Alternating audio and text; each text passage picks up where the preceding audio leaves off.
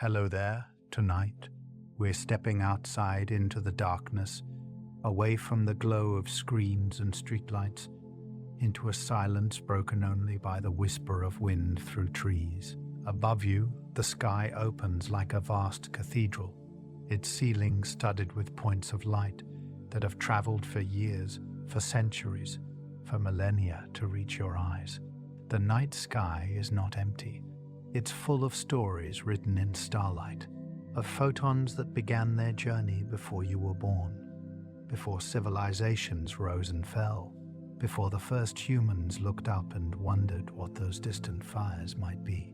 You'll drift with me tonight through the velvet darkness, past constellations that guided ancient sailors, through the soft glow of the Milky Way stretching like a river of light across the heavens. We'll watch planets wander their slow paths against the fixed stars, witness the dance of auroras painting the polar skies in green and violet, and gaze into the past itself, because every star you see is a time machine, showing you not what is, but what was. This is not a journey of cold facts and measurements, though we'll encounter both. This is a meditation on distance, on the patient turning of galaxies, on the quiet beauty of light traveling through the void. The night sky has been here since before there were eyes to see it, and it will be here long after we're gone. Tonight, let it carry you into sleep. Let its ancient light wash over you like waves, gentle and eternal. Close your eyes when you're ready. Breathe slowly, and let's ascend together into the most relaxing facts about the night sky, from the nearest planets to the farthest galaxies, from the myths of old to the physics of now. Starlight is ancient. When you look at the night sky, you're not seeing the stars as they are now, but as they were when their light began its journey toward Earth. The nearest star beyond our Sun, Proxima Centauri, is about 4 light-years away, meaning the light you see tonight left that star 4 years ago. Other stars are hundreds, thousands, even tens of thousands of light-years distant. Their light has been traveling through space since before recorded history, before the pyramids were built, before humans learned to write. Some of the stars you see may no longer exist, having exhausted their fuel and collapsed or exploded, but their light continues its journey, a ghost of something that once burned bright. This is the profound strangeness of starlight. It connects us to the past, makes us witnesses to events that happened long ago, in places impossibly far away. When you gaze at the stars, you're looking backward through time, seeing the universe not as it is, but as it was. Stars are not all the same color, though to the naked eye most appear white or pale blue. The color of a star reveals its temperature. The hottest stars burn blue-white, with surface temperatures exceeding 30,000 degrees Celsius. Cooler stars glow red or orange, with temperatures around 3,000 degrees. Our Sun, a medium-temperature star, appears yellow-white with a surface temperature of about 5,500 degrees. This relationship between color and temperature is not arbitrary. It's rooted in physics, in the way hot objects emit radiation. As an object heats up, it first glows red, then orange, then yellow, then white, then blue. This is why blacksmiths can judge the temperature of metal by its color, and why astronomers can determine a star's temperature just by analyzing its light. The night sky is not monochrome. It's a tapestry of colors, each hue a signature of heat, of nuclear fusion, of the fundamental processes that power stars. Light is both a wave and a particle, a duality that puzzled physicists for centuries. As a wave, light has wavelength and frequency, properties that determine its color and energy. As a particle, light consists of photons, tiny packets of energy that travel at the speed of light. This dual nature, is essential to understanding starlight. When light passes through a prism or a raindrop, it separates into a spectrum of colors because different wavelengths bend by different amounts. When light interacts with atoms, it behaves like particles, with photons being absorbed or emitted as electrons jump between energy levels. This wave-particle duality is one of the central mysteries of quantum mechanics, a reminder that the universe operates according to rules that defy everyday intuition. Starlight embodies this mystery. It's a wave rippling through space, and it's a stream of photons, each one carrying a tiny amount of energy across the vast emptiness between stars and Earth. The speed of light is the universe's ultimate speed limit. Nothing can travel faster than light in a vacuum, which moves at approximately 299,792 kilometers per second. This speed is not just fast, it's a fundamental constant of nature, woven into the fabric of space-time itself. Einstein's theory of relativity revealed that the speed of light is the same for all observers, regardless of their motion. This leads to strange consequences. Time slows down for objects moving at high speeds, lengths contract, and mass increases. At the speed of light, time stops entirely, though no object with mass can actually reach this speed. For photons which have no mass, time does not pass. From a photon's perspective, its journey from a distant star to your eye is instantaneous, even if that journey takes thousands of years from our perspective. The speed of light defines the structure of the universe, determining how far we can see, how fast information can travel, and how we experience time and space. Stars are born in clouds of gas and dust called nebulae. These clouds, often light years across, are the nurseries of the cosmos. Gravity pulls the gas and dust together, forming dense clumps that heat up as they contract. When the core of a clump becomes hot and dense enough, nuclear fusion ignites, and a star is born. This process takes millions of years, but once it begins, it can continue for billions of years, with the star fusing hydrogen into helium in its core, releasing energy in the form of light and heat. The light we see from stars is the byproduct of this fusion, of the conversion of mass into energy, according to Einstein's famous equation, E equals mc quage. Every photon of starlight is a testament to the power of nuclear fusion, to the transformation of simple hydrogen into heavier elements, to the alchemical processes that occur in the hearts of stars. Stars are not eternal. They're born, they live, and they die, but their light endures, traveling across space long after the star itself has faded. The brightness of a star depends on two factors: its intrinsic luminosity and its distance from Earth. Luminosity is the total amount of energy a star emits per second, a measure of its true brightness.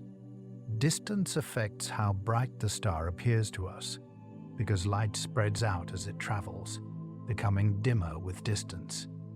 A very luminous star far away can appear dimmer than a less luminous star nearby. Astronomers distinguish between apparent magnitude, how bright a star appears from Earth, and absolute magnitude, how bright it would appear at a standard distance of 10 parsecs, or about 32.6 light-years. This distinction is crucial for understanding the true nature of stars. Some stars that appear bright in our sky, like Sirius, are relatively close. Others, like Deneb, are incredibly distant, but so luminous that they still shine brightly. The night sky is a mix of near and far, of dim giants and bright dwarfs, and disentangling these factors requires careful observation and analysis. Starlight carries information. When astronomers analyze the spectrum of a star's light, they can determine its composition, temperature, motion, and even its age. Each element absorbs and emits light at specific wavelengths, creating a unique spectral fingerprint. By examining these fingerprints, astronomers can identify which elements are present in a star's atmosphere. Hydrogen, helium, iron, calcium, and dozens of other elements reveal themselves through their spectral lines. The Doppler effect, the shift in wavelength caused by motion, tells us whether a star is moving toward or away from us, and how fast. If a star is moving toward us, its light is blue-shifted, compressed to shorter wavelengths. If it's moving away, its light is red-shifted, stretched to longer wavelengths. This technique has revealed that the universe is expanding, that galaxies are moving away from each other, that the cosmos is dynamic and evolving. Starlight is not just beautiful, it's informative, a carrier of data that allows us to decode the universe. The twinkling of stars is caused by Earth's atmosphere. As starlight passes through layers of air with different temperatures and densities, it bends and refracts, causing the star's position and brightness to fluctuate. This twinkling, called scintillation, is more pronounced near the horizon, where light passes through more atmosphere, and on turbulent nights when the air is unstable. Planets, which appear as disks rather than points of light, twinkle less because their light comes from a larger area, averaging out the atmospheric distortions. Astronomers dislike twinkling because it blurs images and makes precise measurements difficult. This is why major observatories are built on high mountains or in space, where the atmosphere is thinner or absent. But for casual stargazers, twinkling adds to the magic of the night sky, a reminder that we're looking through an ocean of air, that the light reaching our eyes has traveled not just across space, but through the restless atmosphere of our own planet. Stars exist in a delicate balance between gravity and pressure. Gravity pulls the star's mass inward, trying to collapse it. Pressure from the heat and energy of nuclear fusion pushes outward, resisting collapse. This balance, called hydrostatic equilibrium, determines a star's size and stability. If fusion slows down, gravity wins, and the star contracts, heating up until fusion resumes. If fusion speeds up, pressure increases and the star expands, cooling until fusion slows. This self-regulating mechanism allows stars to shine steadily for billions of years. Our Sun has been in this balance for about 4.6 billion years and will remain so for another 5 billion years. Eventually, when the hydrogen in its core is exhausted, the balance will shift. The Sun will expand into a red giant, then shed its outer layers, leaving behind a white dwarf. This is the fate of most stars, a long, stable life, followed by a dramatic transformation. The night sky is full of stars at different stages of this journey, from young, hot blue stars to old, cool red giants. The light from stars has inspired humanity for millennia. Before electric lights, the night sky was a constant presence, a source of wonder, navigation, and storytelling. Ancient cultures saw patterns in the stars, creating constellations that represented gods, heroes, animals, and objects. These constellations were not just decorative.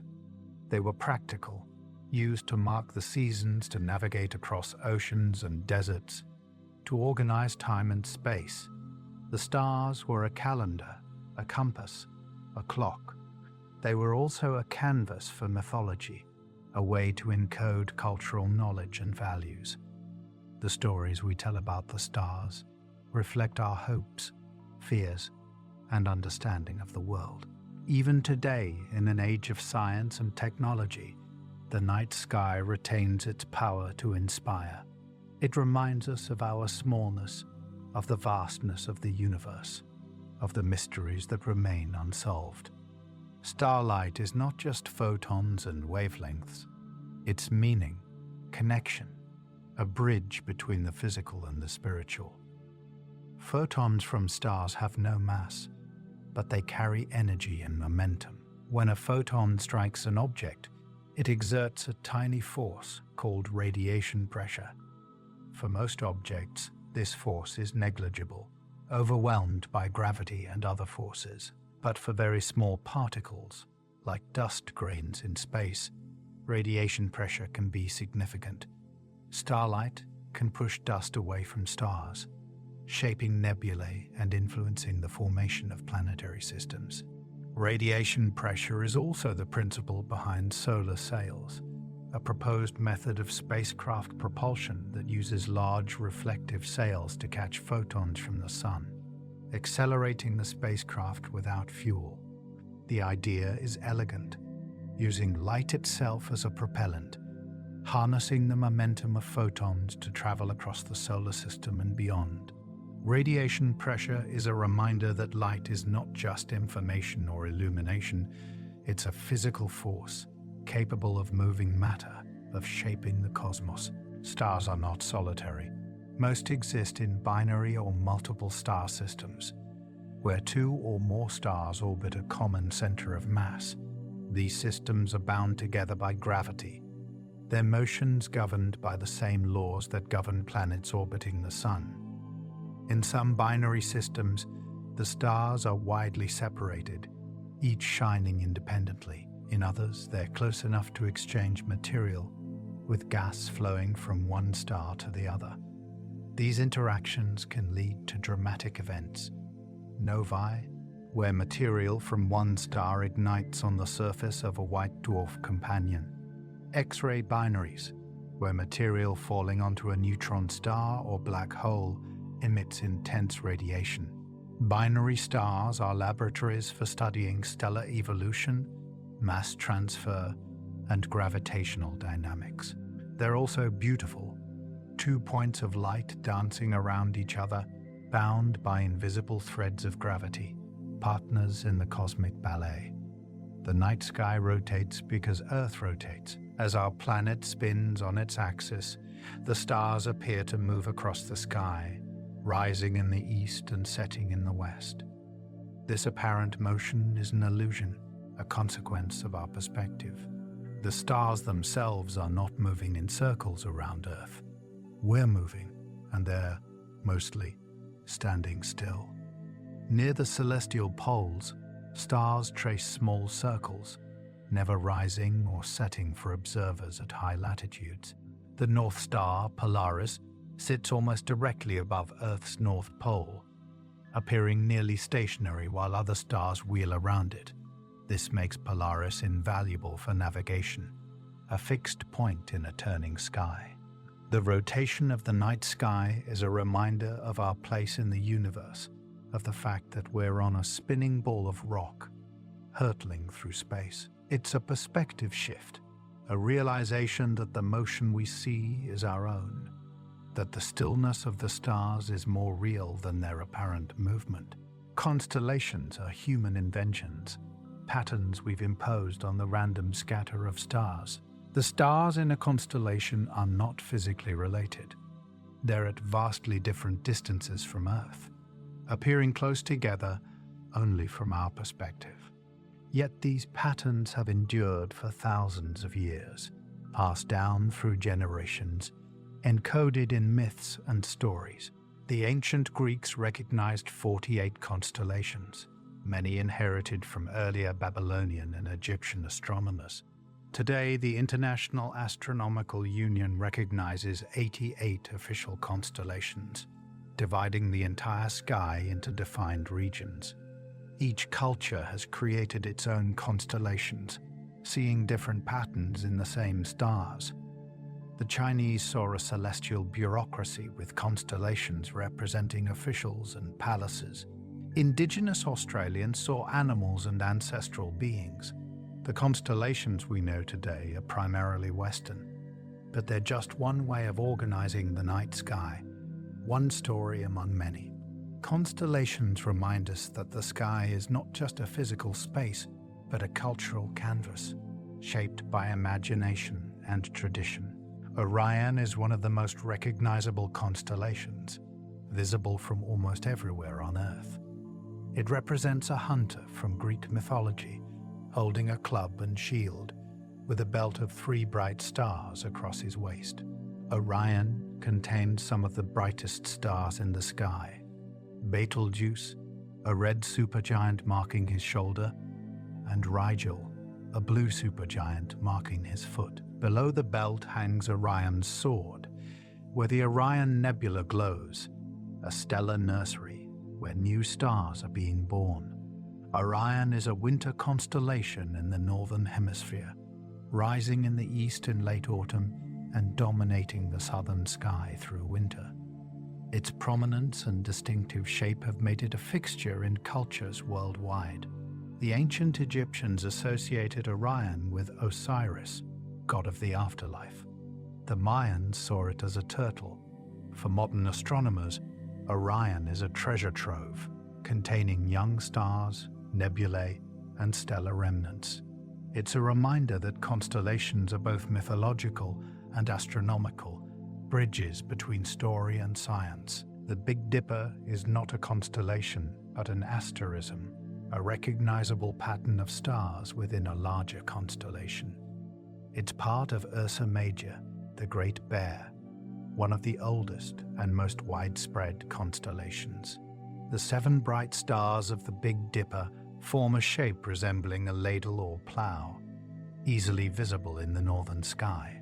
The 2 stars at the end of the Dipper's bowl, called the pointers, point toward Polaris, the North Star, making the Big Dipper invaluable for navigation. Different cultures have seen different shapes in these stars. The ancient Greeks saw a bear, the Romans a wagon, the Chinese a bureaucratic measuring tool. The Big Dipper is circumpolar for observers at mid-northern latitudes, meaning it never sets, circling around Polaris throughout the night and year. Its stars are not all the same distance from Earth. They range from about 80 to 120 light-years away. 5 of the 7 stars are part of a moving group traveling through space together, while the other 2 are unrelated foreground or background stars.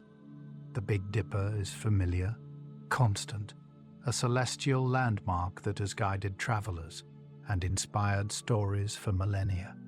Zodiac constellations lie along the ecliptic, the path the sun appears to follow across the sky over the course of a year. There are 12 traditional zodiac constellations, though the sun actually passes through 13 if you include Ophiuchus.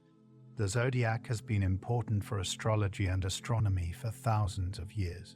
Ancient Babylonians divided the ecliptic into 12 equal sections, associating each with a constellation and a month. The Greeks adopted and refined this system, linking the zodiac to mythology and personality traits. For astronomers, the zodiac is significant because the planets, which orbit the sun in roughly the same plane as Earth, also appear to move through these constellations. The moon's path is close to the ecliptic as well. This makes the zodiac a busy region of the sky, where celestial events like planetary conjunctions and eclipses occur. The zodiac constellations are not equally sized or equally bright, and the sun spends different amounts of time in each due to their varying widths along the ecliptic.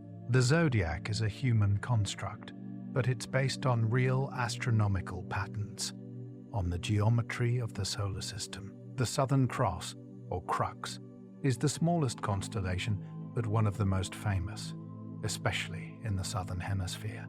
It consists of 4 bright stars forming a cross, visible only from latitudes south of about 25 degrees north.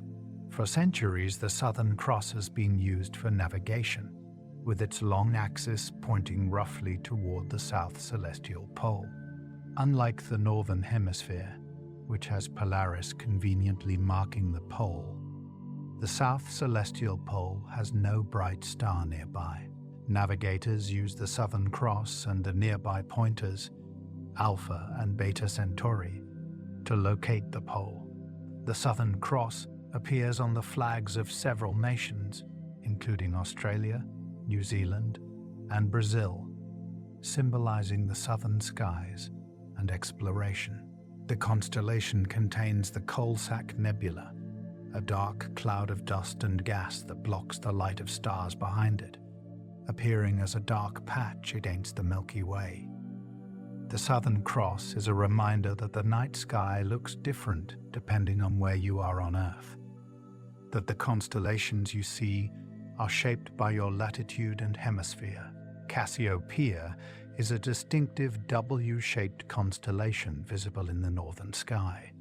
In Greek mythology, Cassiopeia was a vain queen who boasted that she was more beautiful than the sea nymphs, angering the gods. As punishment, she was placed in the sky, condemned to circle the celestial pole forever, spending half the year upside down. Cassiopeia is circumpolar for observers at mid-northern latitudes, meaning it never sets. It's located on the opposite side of Polaris from the Big Dipper, so when one is high in the sky, the other is low. Cassiopeia contains several interesting deep sky objects, including open star clusters and the remnant of a supernova that exploded in 1572, observed by the astronomer Tycho Brahe. This supernova, called Tycho's star, was so bright it was visible during the day, challenging the belief that the heavens were unchanging. Cassiopeia is easy to find and serves as a guidepost for locating other constellations and celestial objects. Its mythology and visibility have made it a favorite among stargazers for thousands of years. The Pleiades, also known as the Seven Sisters, is an open star cluster in the constellation Taurus. It's one of the nearest star clusters to Earth, about 440 light-years away, and one of the most visually striking. To the naked eye, 6 or 7 stars are visible, though the cluster contains over 1,000 stars.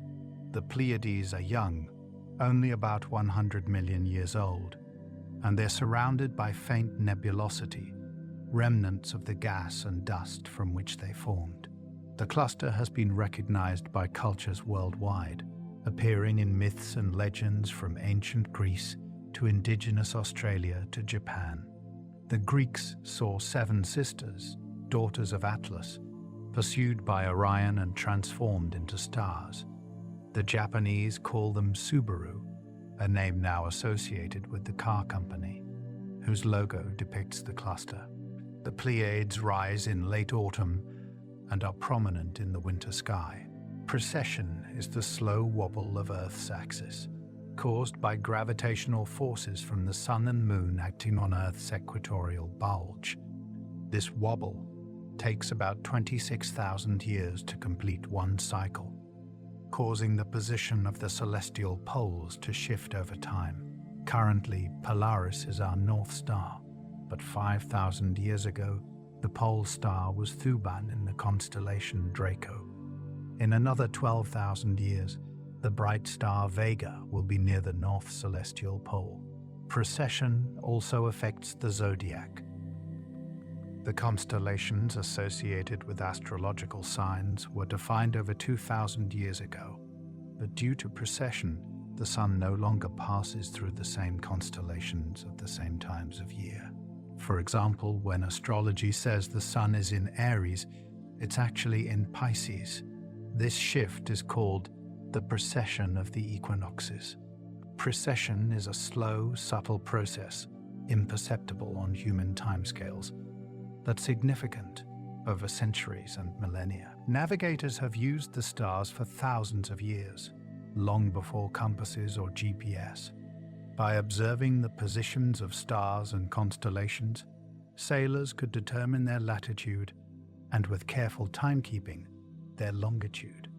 Polaris, the North Star, is particularly useful because its altitude above the horizon equals the observer's latitude in the northern hemisphere. At the equator, Polaris sits on the horizon. At the North Pole, it's directly overhead. By measuring the angle between Polaris and the horizon with a sextant, Navigators could determine how far north they were. In the southern hemisphere, where Polaris is not visible, navigators used the Southern Cross and other constellations.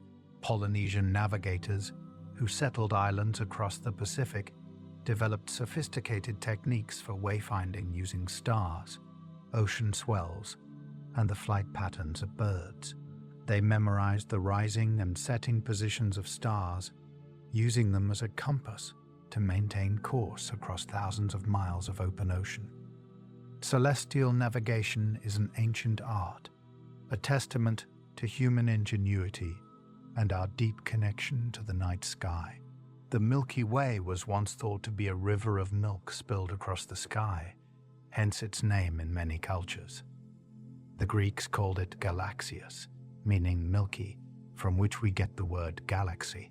The Milky Way is actually our view of the disk of our own galaxy from within. We're located in one of the spiral arms, about 26,000 light-years from the galactic center. When we look toward the constellation Sagittarius, we're looking toward the center of the galaxy, where the stars are densest and the Milky Way appears brightest. When we look in the opposite direction, toward Auriga and Taurus, we're looking toward the outer edge, where the Milky Way is fainter. The band of light we see is composed of billions of stars, too distant and numerous to resolve individually with the naked eye, blending into a soft glow. Dark patches in the Milky Way are not voids but clouds of dust and gas that block the light of stars behind them. The Milky Way is best seen from dark locations, away from light pollution. It's a humbling sight, a reminder of the vastness of our galaxy and our small place within it. Star names often have Arabic origins, reflecting the contributions of Islamic astronomers during the medieval period. Names like Betelgeuse, Rigel, Aldebaran, and Deneb come from Arabic words describing the star's position in its constellation. Betelgeuse means hand of the giant, referring to Orion. Deneb means tail, marking the tail of Cygnus the swan. Other star names are Greek or Latin, like Sirius the scorching one, or Polaris the pole star. Many stars also have catalogue numbers, assigned by various astronomical surveys. The brightest stars in each constellation are designated with Greek letters, a system introduced by Johann Bayer in 1603. Alpha is usually the brightest star, Beta the second brightest, and so on. This system, called Bayer designation, is still used today.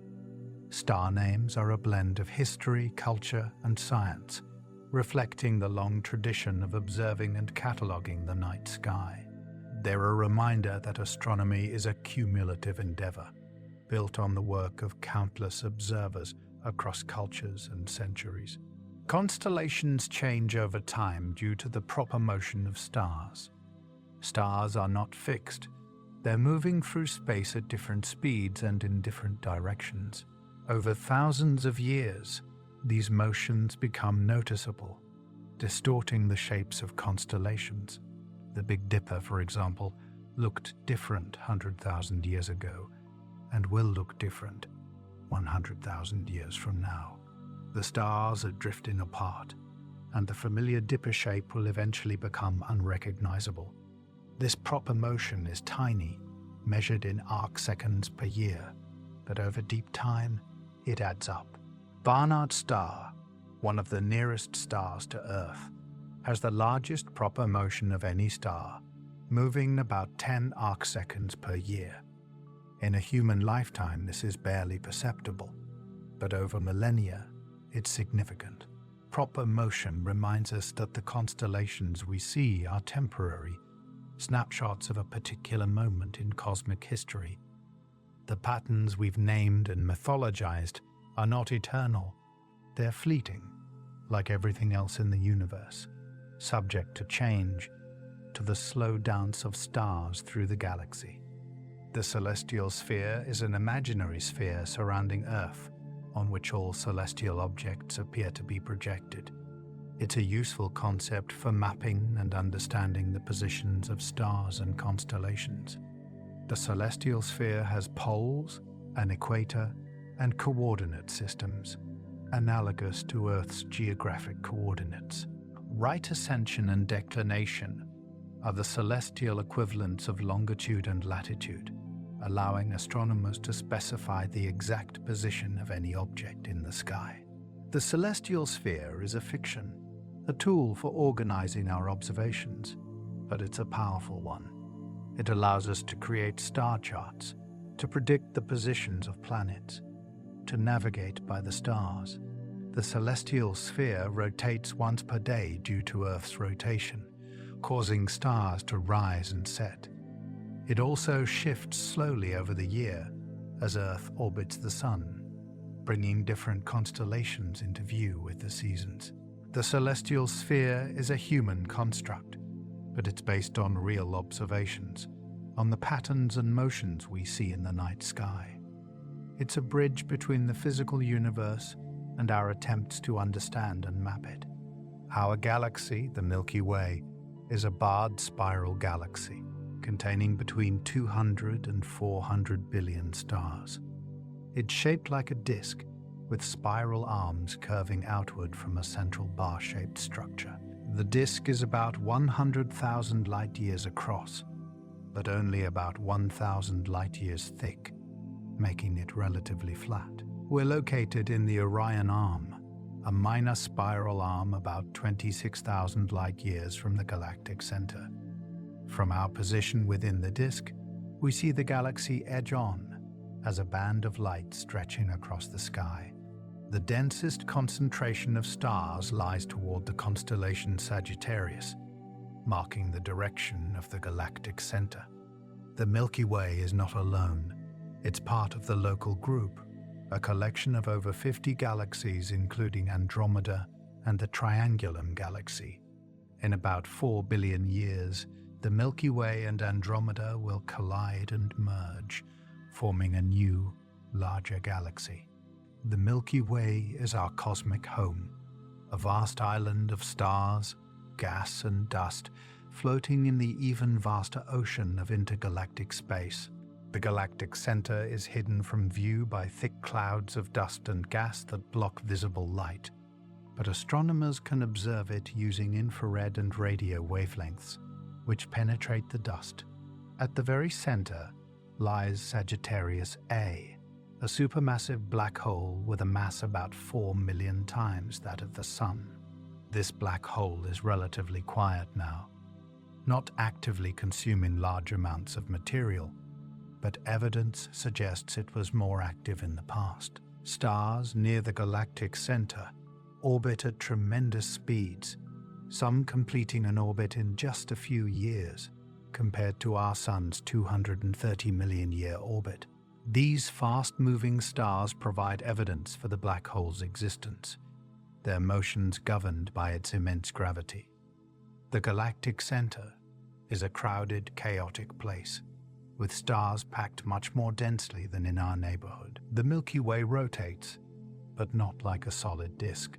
Different parts rotate at different speeds, a phenomenon called differential rotation.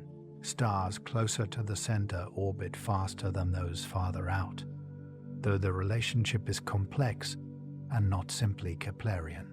Our Sun orbits the galactic center at about 220 kilometers per second, taking approximately 230 million years to complete one orbit. This period is sometimes called a galactic year or cosmic year. Since the Sun formed about 4.6 billion years ago, it has completed roughly 20 orbits around the galaxy. Differential rotation winds up the spiral arms, but the arms themselves are not fixed structures made of the same stars.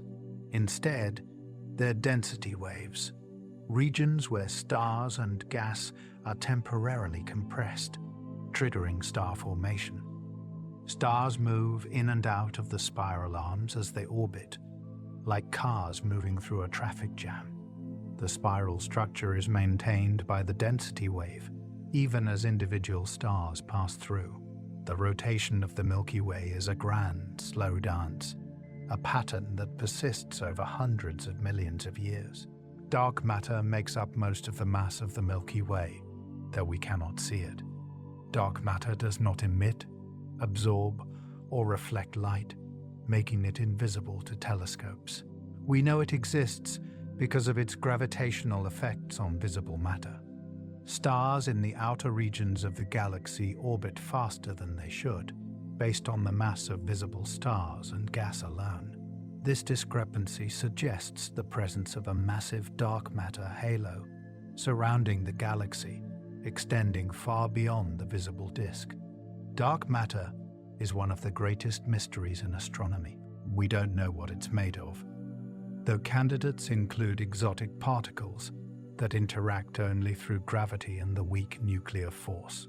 Dark matter shapes the structure of galaxies, holds galaxy clusters together, and influences the large-scale structure of the universe. Without dark matter, galaxies like the Milky Way would not exist. They would have flown apart long ago. Dark matter is invisible, but its presence is undeniable. A hidden scaffolding that supports the visible universe. The Milky Way's disk contains most of the galaxy's stars, gas, and dust. It's where star formation occurs, where new stars are born from collapsing clouds of gas. The disk is divided into a thin disk and a thick disk. The thin disk, where our Sun resides, is younger and contains most of the galaxy's gas and young stars. The thick disk is older, with stars that formed billions of years ago and have been scattered by gravitational interactions. Above and below the disk lies the galactic halo, a roughly spherical region containing old stars and globular clusters. Globular clusters are dense, spherical collections of hundreds of thousands of stars, all formed at roughly the same time. They're among the oldest objects in the galaxy, some dating back over 12 billion years, nearly as old as the universe itself. The halo also contains streams of stars, remnants of smaller galaxies that were torn apart and absorbed by the Milky Way. The Milky Way is a layered structure with different components telling different parts of its history. Star formation in the Milky Way occurs primarily in the spiral arms, where gas and dust are compressed by density waves. When a cloud of gas becomes dense enough, it fragments and collapses under its own gravity, forming stars. Massive stars, which burn bright and die young, are found near their birthplaces in the spiral arms. Lower mass stars, like our Sun, live longer and have time to drift away from the spiral arms as they orbit the galaxy. The rate of star formation in the Milky Way is about 1 to 3 solar masses per year, meaning the galaxy creates the equivalent of 1 to 3 suns worth of new stars annually. This rate has varied over the galaxy's history, with periods of intense star formation followed by quieter periods. Star formation is fueled by gas, and the Milky Way is gradually running out of gas as it's converted into stars, or expelled by stellar winds and supernovae. In the distant future, star formation will slow and eventually cease, and the galaxy will fade as its stars age and die. But for now, the Milky Way is still active, still creating new stars, still evolving. The Milky Way has a complex history, shaped by mergers and interactions with other galaxies. Evidence suggests that the Milky Way has absorbed numerous smaller galaxies over billions of years, incorporating their stars into its halo and disk. The Sagittarius dwarf elliptical galaxy is currently being torn apart by the Milky Way's gravity, its stars forming streams that wrap around our galaxy. The Magellanic Clouds, 2 small irregular galaxies visible from the southern hemisphere, are satellite galaxies of the Milky Way, orbiting at a distance of about 160,000 and 200,000 light-years. They're connected to the Milky Way by a stream of gas called the Magellanic Stream, evidence of gravitational interactions. These mergers and interactions are not gentle. They can trigger bursts of star formation, disrupt the orbits of existing stars, and alter the structure of the galaxy. The Milky Way is not a static, unchanging object. It's dynamic, growing, evolving, shaped by its interactions with its neighbors. Its history is written in the motions and compositions of its stars, a story astronomers are still piecing together. The galactic plane is the plane of the Milky Way's disk, and it's tilted relative to the ecliptic, the plane of Earth's orbit around the Sun. This tilt means the Milky Way appears to arc across the sky at different angles, depending on the time of year and the observer's latitude. In summer in the northern hemisphere, the Milky Way is prominent in the evening sky, stretching from Sagittarius in the south to Cygnus overhead. In winter, the Milky Way is fainter, running through Orion and Gemini. The galactic plane is where most of the galaxy's stars and gas are concentrated, making it a rich region for observation. It's also where most of the galaxy's dust is located, which can obscure distant objects. Astronomers studying the Milky Way must account for this dust, using infrared and radio observations to see through it. The galactic plane is a busy, crowded region, full of stars, nebulae, and clusters, a treasure trove for anyone with a telescope and dark skies. Globular clusters orbit the Milky Way in the halo, far above and below the galactic disk. These clusters are ancient, with ages of 10 to 13 billion years, making them some of the oldest objects in the galaxy. They contain hundreds of thousands to millions of stars, all packed into a spherical region, just tens of light years across. The stars in globular clusters are old and metal-poor, meaning they contain very few elements heavier than hydrogen and helium. This is because they formed early in the galaxy's history, before supernovae had enriched the interstellar medium with heavy elements. Globular clusters are gravitationally bound, held together by the mutual attraction of their stars. Their stable structures, having survived for billions of years despite gravitational perturbations from the galaxy. Studying globular clusters helps astronomers understand the early history of the Milky Way, the conditions under which the first stars formed, and the evolution of stellar populations. Globular clusters are fossils, relics of the galaxy's youth, preserved in the halo. The Milky Way emits radiation across the entire electromagnetic spectrum, from radio waves to gamma rays. At radio wavelengths, we can map the distribution of hydrogen gas, tracing the spiral arms and studying the galactic magnetic field. At infrared wavelengths, we can see through dust clouds to observe star formation and the galactic center. At visible wavelengths, we see the stars that make up the familiar band of light across the sky. At X-ray and gamma-ray wavelengths, we detect high-energy phenomena like supernova remnants, pulsars, and the emissions from the supermassive black hole at the galactic center. Each wavelength reveals different aspects of the galaxy, and together they provide a comprehensive picture. Multi-wavelength astronomy is essential for understanding the Milky Way, for seeing beyond the limitations of visible light, for probing the full range of physical processes occurring in the galaxy. The Milky Way is not just a visual spectacle. It's a complex, multifaceted object that reveals its secrets only when observed across the full spectrum. The local bubble is a region of low-density hot gas surrounding the Sun, extending about 300 light-years in all directions. It was created by supernova explosions over the past 10 to 20 million years, which swept up and heated the interstellar medium, creating a cavity. The Sun is currently passing through this bubble, which is part of the larger structure of the interstellar medium.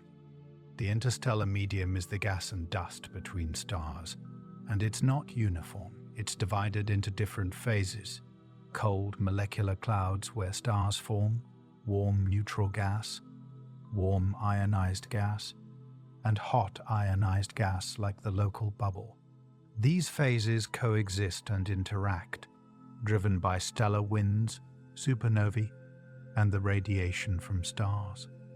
The interstellar medium is the raw material for star formation and the repository for material ejected by dying stars.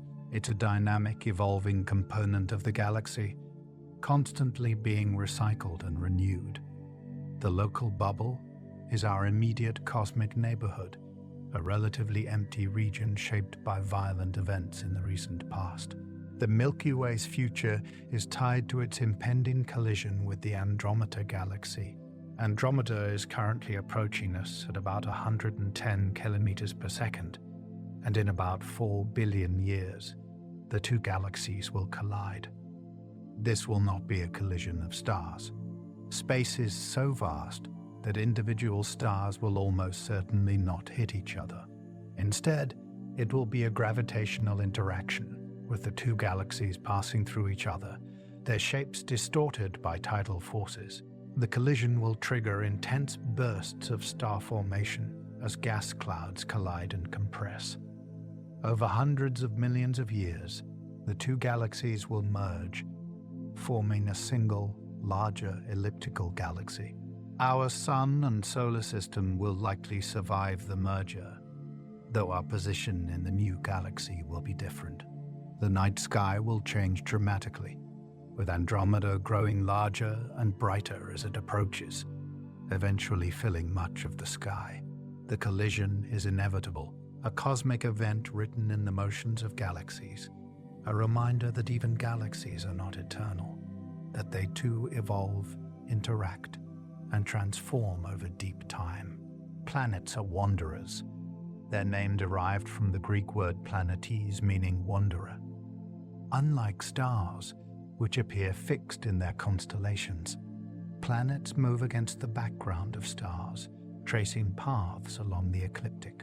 The ancient Greeks recognized 5 planets visible to the naked eye: Mercury, Venus, Mars, Jupiter, and Saturn.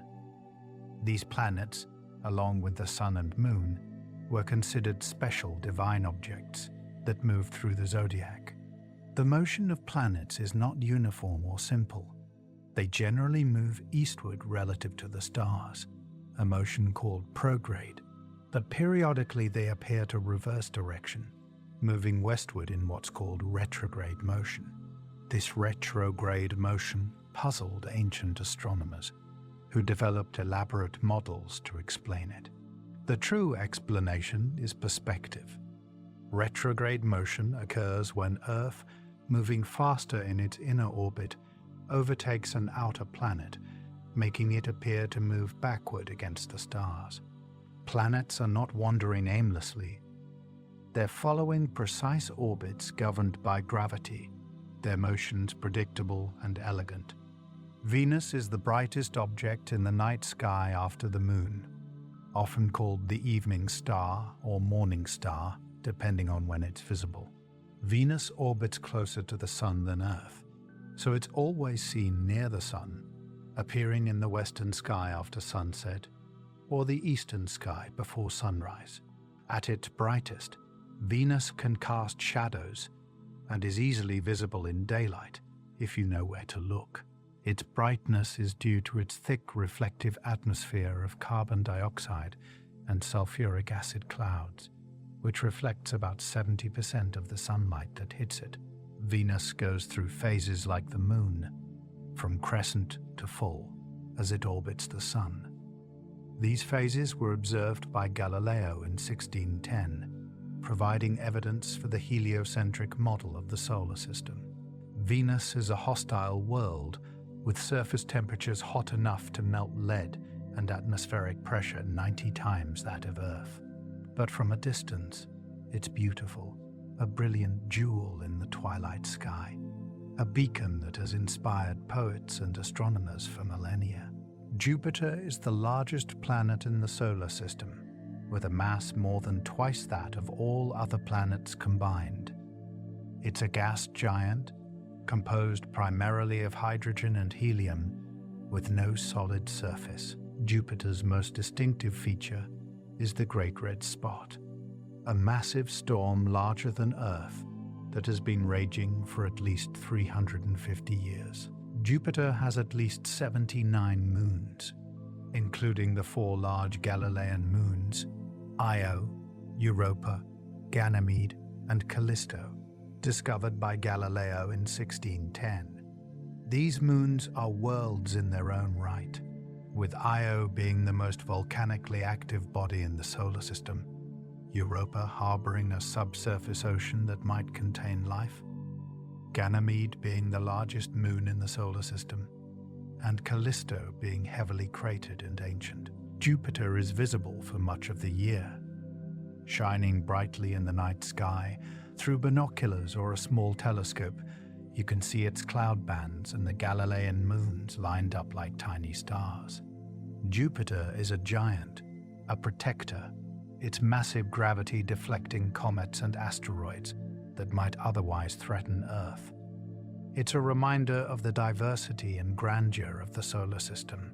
Saturn is famous for its rings, the most spectacular in the solar system. The rings are made of countless particles of ice and rock, ranging in size from grains of sand to house-sized boulders, all orbiting Saturn in a thin, flat disk.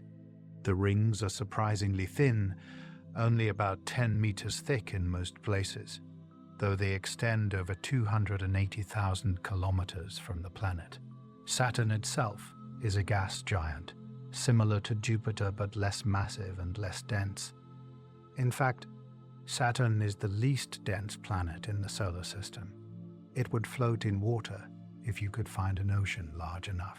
Saturn has at least 82 moons, including Titan, the second largest moon in the solar system, which has a thick atmosphere and lakes of liquid methane on its surface. Saturn is visible to the naked eye as a bright yellowish star, but its rings are only visible through a telescope. Seeing Saturn's rings for the first time is a profound experience, a moment of wonder that connects you to the cosmos. Saturn is elegant, serene, a jewel of the outer solar system. Mars is the red planet, named for the Roman god of war because of its reddish color, caused by iron oxide, rust, on its surface. Mars is smaller than Earth, with about half the diameter and 1/10 the mass. It has a thin atmosphere, mostly carbon dioxide, and surface features that include the largest volcano in the solar system, Olympus Mons, and a canyon system, Valles Marineris, that dwarfs the Grand Canyon. Mars has polar ice caps made of water ice and frozen carbon dioxide, and evidence suggests that liquid water once flowed on its surface, carving channels and forming ancient lake beds. The search for life on Mars is one of the driving questions in planetary science. Mars has 2 small moons, Phobos and Deimos, which are likely captured asteroids. Mars is visible as a bright reddish star, and its brightness varies depending on its distance from Earth. During close approaches, called oppositions, Mars can outshine Jupiter. Mars has captivated human imagination for centuries, a nearby world that might once have harbored life, a potential destination for future human exploration. Planetary conjunctions occur when 2 or more planets appear close together in the sky. These events are not physically significant. The planets are still millions of kilometers apart, but from our perspective on Earth, they appear to align. Conjunctions are beautiful and rare, especially when bright planets like Venus and Jupiter come together, creating a dazzling display. The rarest and most spectacular conjunctions involve multiple planets. In December 2020, Jupiter and Saturn appeared so close that they were almost indistinguishable, an event called a Great Conjunction, which occurs about every 20 years. Conjunctions have been important throughout history, often interpreted as omens or signs. The Star of Bethlehem, described in the Bible, may have been a planetary conjunction. Conjunctions remind us that the solar system is dynamic, that planets are constantly moving, and that the sky is always changing. Mercury is the smallest planet and the closest to the Sun, orbiting at an average distance of about 58 million kilometers. It's a rocky, airless world with a surface heavily cratered by impacts, resembling the Moon. Mercury has extreme temperature variations, with daytime temperatures reaching 430 degrees Celsius and nighttime temperatures dropping to minus 180 degrees Celsius. This is because Mercury has almost no atmosphere to retain heat. Mercury is difficult to observe because it's always close to the Sun in the sky, visible only briefly after sunset or before sunrise. It goes through phases like Venus, and its orbit is highly elliptical. Mercury's orbit also exhibits a precession, a slow rotation of its orbit's orientation, which was unexplained by Newtonian physics and provided one of the first tests of Einstein's general relativity. Mercury is a world of extremes, a small, battered planet baked by the Sun, a reminder of the harsh conditions in the inner solar system. The ecliptic is the path the Sun appears to follow across the sky over the course of a year, and it's also the plane in which the planets orbit. Because the planets orbit the Sun in roughly the same plane, they all appear to move along or near the ecliptic. This makes the ecliptic a busy region of the sky, where you're most likely to see planets. The ecliptic is tilted about 23.5 degrees relative to the celestial equator, which is why the Sun appears higher in the sky in summer and lower in winter. This tilt is also responsible for the seasons. The zodiac constellations lie along the ecliptic, which is why the Sun, Moon, and planets appear to move through them. The ecliptic is a fundamental reference line in astronomy, a projection of Earth's orbital plane onto the celestial sphere. Understanding the ecliptic helps you predict where planets will be, when eclipses will occur, and how the sky changes throughout the year. Uranus and Neptune are the ice giants, the outermost planets in the solar system. Uranus is unique because its axis of rotation is tilted 98 degrees, meaning it essentially rolls on its side as it orbits the Sun. This extreme tilt gives Uranus unusual seasons, with each pole experiencing 42 years of continuous sunlight, followed by 42 years of darkness. Uranus is faint, barely visible to the naked eye under ideal conditions, and was not recognized as a planet until 1781. Neptune is even farther and fainter, discovered in 1846 through mathematical predictions based on perturbations in Uranus's orbit. Neptune is a deep blue color, caused by methane in its atmosphere, and it has the fastest winds in the solar system, reaching speeds of over 2,000 kilometers per hour. Both planets have rings and moons. Neptune's largest moon, Triton, orbits in the opposite direction to Neptune's rotation, suggesting it was captured from the Kuiper belt. Uranus and Neptune are distant, mysterious worlds, visited only once by the Voyager 2 spacecraft, reminders of how much of the solar system remains unexplored. The inferior planets, Mercury and Venus, orbit closer to the Sun than Earth, and they exhibit unique behaviors. They're never seen far from the Sun, appearing only in the evening or morning sky. They go through a full range of phases, from new to full, as seen from Earth. When an inferior planet passes between Earth and the Sun, it's at inferior conjunction. When it's on the opposite side of the Sun from Earth, it's at superior conjunction. Mercury and Venus can also transit the Sun, passing directly in front of it as seen from Earth, appearing as small black dots crossing the solar disk. These transits are rare and predictable. The next transit of Venus will not occur until 2017. Transits of Mercury are more frequent, occurring about 13 times per century. Observing the inferior planets requires patience and planning, but they offer unique opportunities to witness the mechanics of the solar system, to see worlds passing between us and our star. The superior planets, Mars, Jupiter, Saturn, Uranus, and Neptune, orbit farther from the Sun than Earth. They can appear anywhere along the ecliptic, including opposite the Sun in the sky, a position called opposition. At opposition, a superior planet is closest to Earth, brightest and visible all night, rising at sunset and setting at sunrise. Opposition is the best time to observe superior planets. Mars oppositions occur about every 26 months, and the planet's brightness and apparent size vary significantly depending on the distance. Some oppositions, called perihelic oppositions, occur when Mars is also near its closest point to the Sun, making it exceptionally bright. Jupiter and Saturn reach opposition about once a year, slowly moving through the zodiac. Uranus and Neptune also reach opposition annually, though they're much fainter. Superior planets exhibit retrograde motion around the time of opposition, as Earth overtakes them in its orbit. Observing superior planets at opposition is a rewarding experience, a chance to see these distant worlds at their best. The Moon is not a planet, but it's the most prominent object in the night sky and plays a crucial role in the celestial dance. The Moon orbits Earth in about 27.3 days, but because Earth is also orbiting the Sun, the cycle of lunar phases takes about 29.5 days.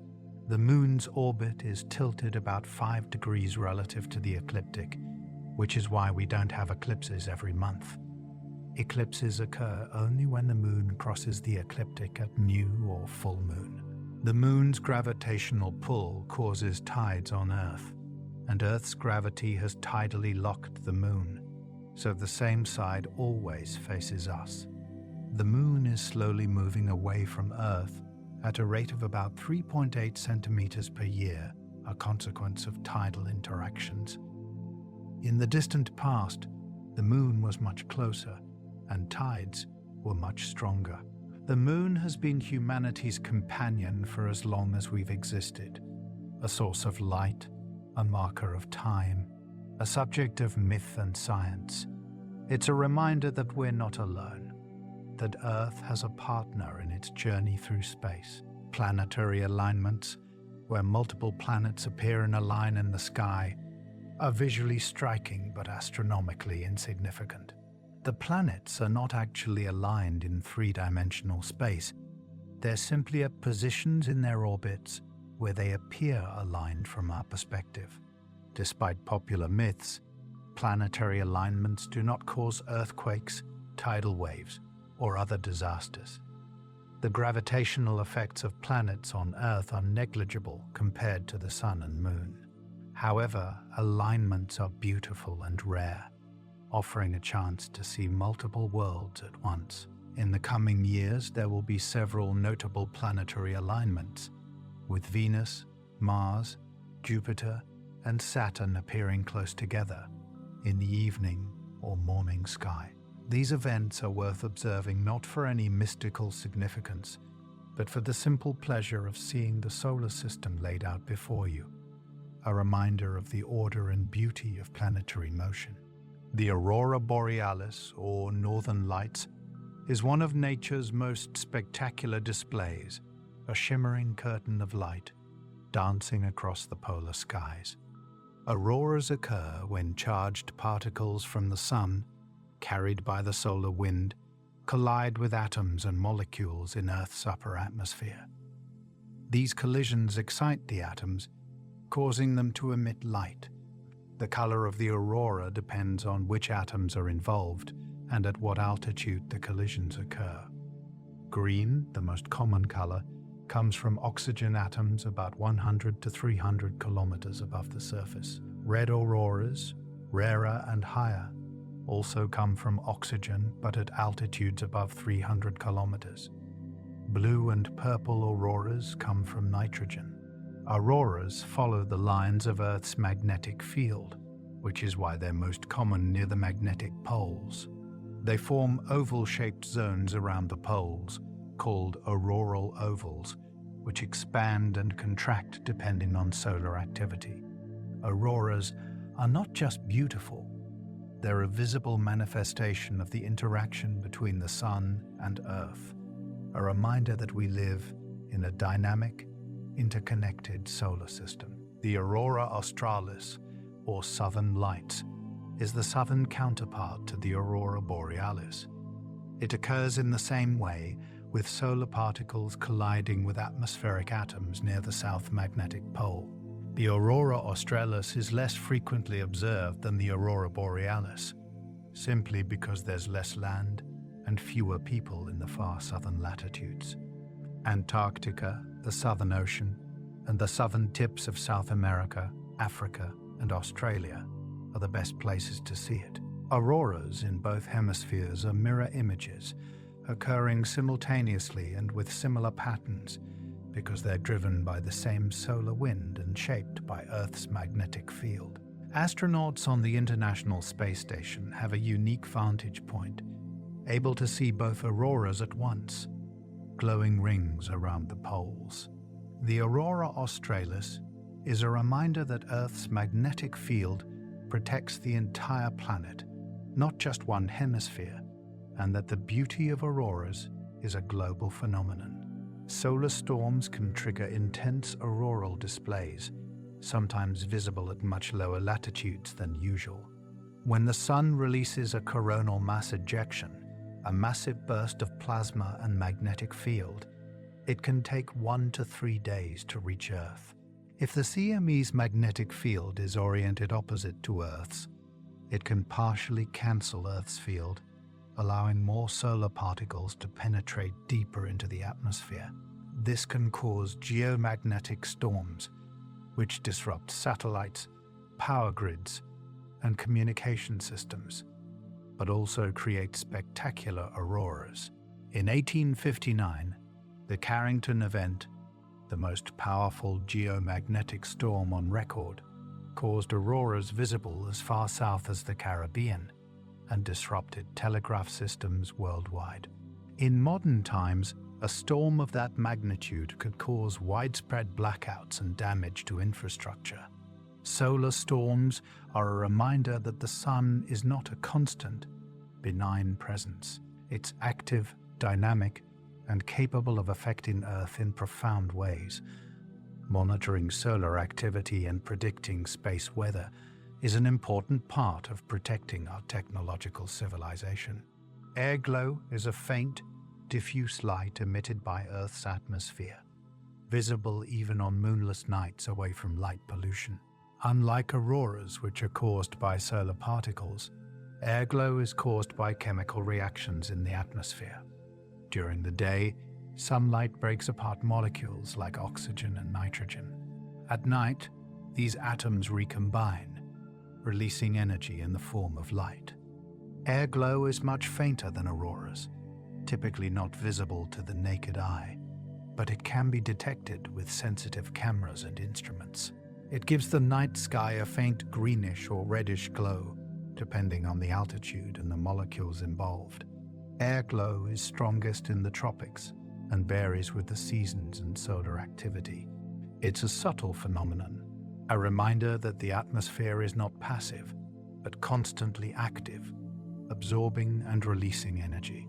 Airglow is also a challenge for astronomers, as it adds background light to observations. But it's also a subject of study, providing information about atmospheric chemistry and dynamics. Noctilucent clouds are the highest clouds in Earth's atmosphere, forming at altitudes of about 76 to 85 kilometers. In the mesosphere, they're composed of tiny ice crystals and are visible only during twilight, when the Sun is below the horizon, but still illuminates these high-altitude clouds. Noctilucent means night shining, and these clouds appear as delicate, silvery blue filaments or waves against the darkening sky. They're most common at high latitudes during summer, when the mesosphere is coldest. Noctilucent clouds are a relatively recent phenomenon, first reported in the 19th century, and they may be increasing in frequency due to climate change. Methane from human activities rises into the upper atmosphere and breaks down into water vapor, providing more material for ice crystal formation. Noctilucent clouds are beautiful and mysterious, a visible sign of processes occurring at the edge of space, where the atmosphere transitions into the void. The zodiacal light is a faint triangular glow visible in the western sky after sunset, or the eastern sky before sunrise, extending along the ecliptic. It's caused by sunlight reflecting off dust particles in the inner solar system, remnants of comets and asteroids. The dust is concentrated in the plane of the solar system, which is why the zodiacal light follows the ecliptic. It's best seen from dark locations during certain times of year, when the ecliptic is steeply inclined to the horizon. The zodiacal light is faint, easily overwhelmed by light pollution or moonlight, but from a dark side, it's a beautiful, ethereal glow. It's a reminder that the solar system is not empty space, but filled with dust and debris, the remnants of its formation, and the ongoing collisions and disintegrations of small bodies. The zodiacal light connects us to the solar system, a visible trace of the material that surrounds us. The Gegenschein, or counterglow, is an even fainter phenomenon than the zodiacal light, visible as a faint, oval patch of light directly opposite the sun in the sky. It's caused by sunlight reflecting off dust particles in the solar system, but unlike the zodiacal light, which is forward scattered light, the Gegenschein is backscattered light, reflecting directly back toward the sun and earth. The Gegenschein is extremely faint, visible only from the darkest locations on moonless nights. It's located along the ecliptic, opposite the sun, and it's best seen when the ecliptic is high in the sky. The Gegenschein is a subtle reminder of the dust that fills the solar system, a faint glow that requires patience and dark skies to observe. It's one of the rarest and most challenging phenomena for amateur astronomers to see, a test of observing skill and dedication. Twilight is the period between day and night, when the sun is below the horizon but its light still illuminates the atmosphere. There are 3 stages of twilight: civil, nautical, and astronomical. Civil twilight occurs when the sun is less than 6 degrees below the horizon. There's enough light for most outdoor activities without artificial lighting. Nautical twilight occurs when the sun is between 6 and 12 degrees below the horizon. The horizon is still visible at sea, allowing navigation by both stars and horizon. Astronomical twilight occurs when the sun is between 12 and 18 degrees below the horizon. The sky is dark enough for most astronomical observations, though some faint light remains. True darkness, when the sun is more than 18 degrees below the horizon, is required for the faintest objects. Twilight is a transition, a gradual shift from day to night, and its duration depends on latitude and time of year. Near the equator, twilight is brief.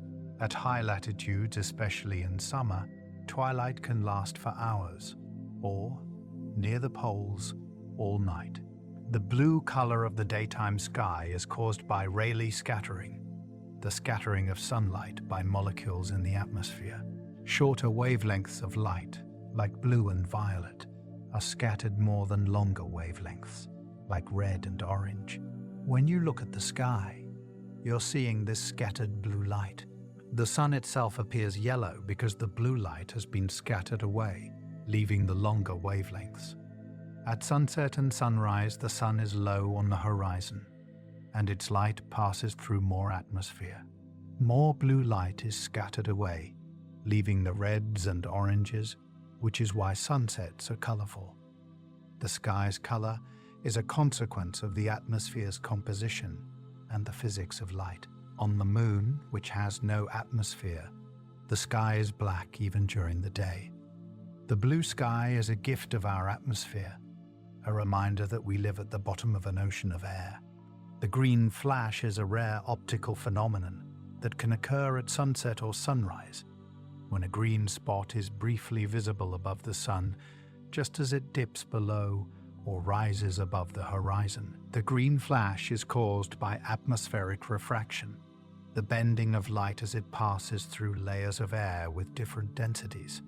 Refraction separates sunlight into its component colors.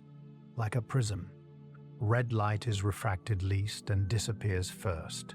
As the sun sets, blue and violet light are scattered away by the atmosphere. Green light, being in the middle, is the last to disappear, creating a brief green flash. The green flash lasts only a second or two and requires a clear, distant horizon and stable atmospheric conditions. It's more commonly seen over the ocean than over land. The green flash is a subtle phenomenon, a fleeting moment of color that rewards patient observers. It's a reminder that the atmosphere is not just a passive medium, but an active participant in shaping what we see. Halos, sundogs, and light pillars are atmospheric optical phenomena caused by ice crystals in the atmosphere. A halo is a ring of light around the sun or moon, caused by light refracting through hexagonal ice crystals in cirrus clouds. The most common halo has a radius of 22 degrees. Sundogs, also called parhelia, are bright spots on either side of the sun, caused by light refracting through horizontally oriented ice crystals. They often appear as part of a halo.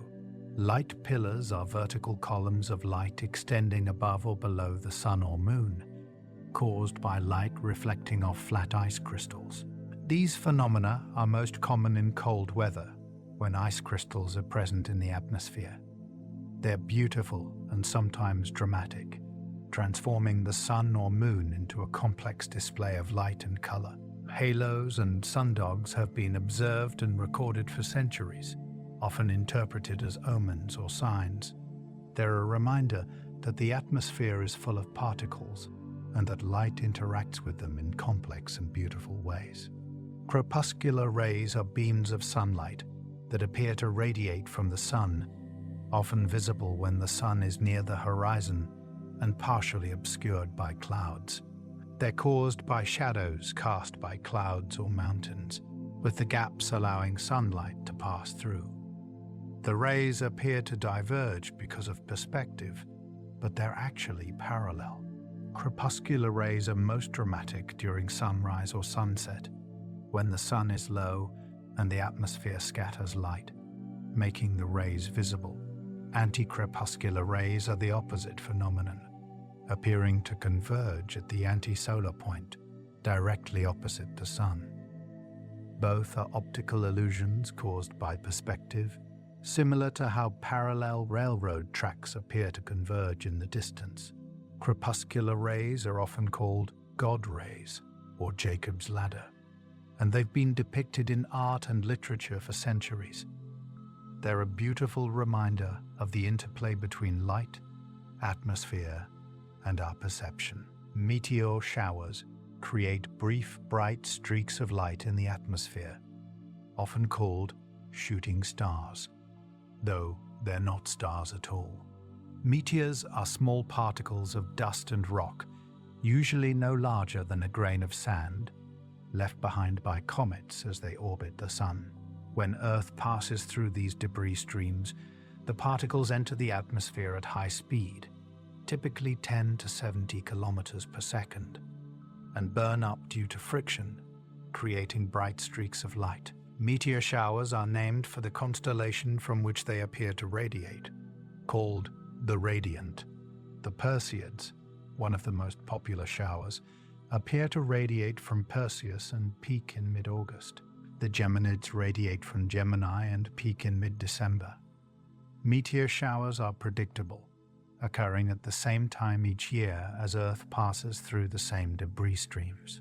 Watching a meteor shower is a meditative experience, lying back under the stars, waiting for the brief flashes of light It's a reminder that space is not empty, that we're constantly moving through a cloud of cosmic debris, the remnants of ancient comets.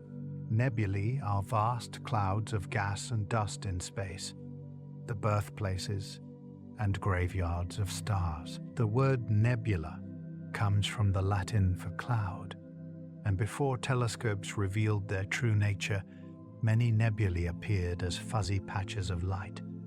There are several types of nebulae. Emission nebulae glow with their own light, energized by nearby hot stars whose ultraviolet radiation ionizes the gas, causing it to emit light. The Orion Nebula is the most famous emission nebula, visible to the naked eye as a fuzzy star in Orion's sword. Reflection nebulae don't emit their own light, but reflect the light of nearby stars, appearing blue because blue light scatters more efficiently. Dark nebulae are dense clouds of dust that block the light of stars behind them, appearing as dark patches against the Milky Way. The Horsehead Nebula is a famous dark nebula silhouetted against a bright emission nebula. Nebulae are not static. They're dynamic, evolving structures, collapsing to form stars or expanding as the remnants of stellar explosions. They're the raw material of the cosmos, the stuff from which stars and planets are made. The Andromeda Galaxy is the nearest large galaxy to the Milky Way, about 2.5 million light-years away. It's a spiral galaxy, similar to our own, containing about 1 trillion stars. Andromeda is visible to the naked eye as a faint, fuzzy patch in the constellation Andromeda, and it's the most distant object visible without a telescope. Through binoculars or a small telescope, Andromeda reveals its elongated shape and bright core. The galaxy is approaching us at about 110 kilometers per second, and in about 4 billion years, it will collide with the Milky Way. Andromeda has at least 14 satellite galaxies, including M32 and M110, which are visible in telescopes. Studying Andromeda helps astronomers understand the Milky Way, because we can see Andromeda from the outside, observing its structure and dynamics in ways we can't with our own galaxy. Andromeda is a sister galaxy, a companion in the local group, a reminder that the Milky Way is not alone in the universe. Star clusters are groups of stars that form together and are bound by gravity. There are 2 main types: open clusters and globular clusters. Open clusters are loose collections of young stars, typically containing a few hundred to a few thousand members. They're found in the disk of the galaxy, often associated with nebulae. The Pleiades is the most famous open cluster, easily visible to the naked eye. Open clusters are relatively short-lived. Over tens to hundreds of millions of years, gravitational interactions with other stars and gas clouds disperse them. Globular clusters, in contrast, are dense, spherical collections of old stars, containing hundreds of thousands to millions of members. They orbit in the galactic halo and are among the oldest objects in the galaxy.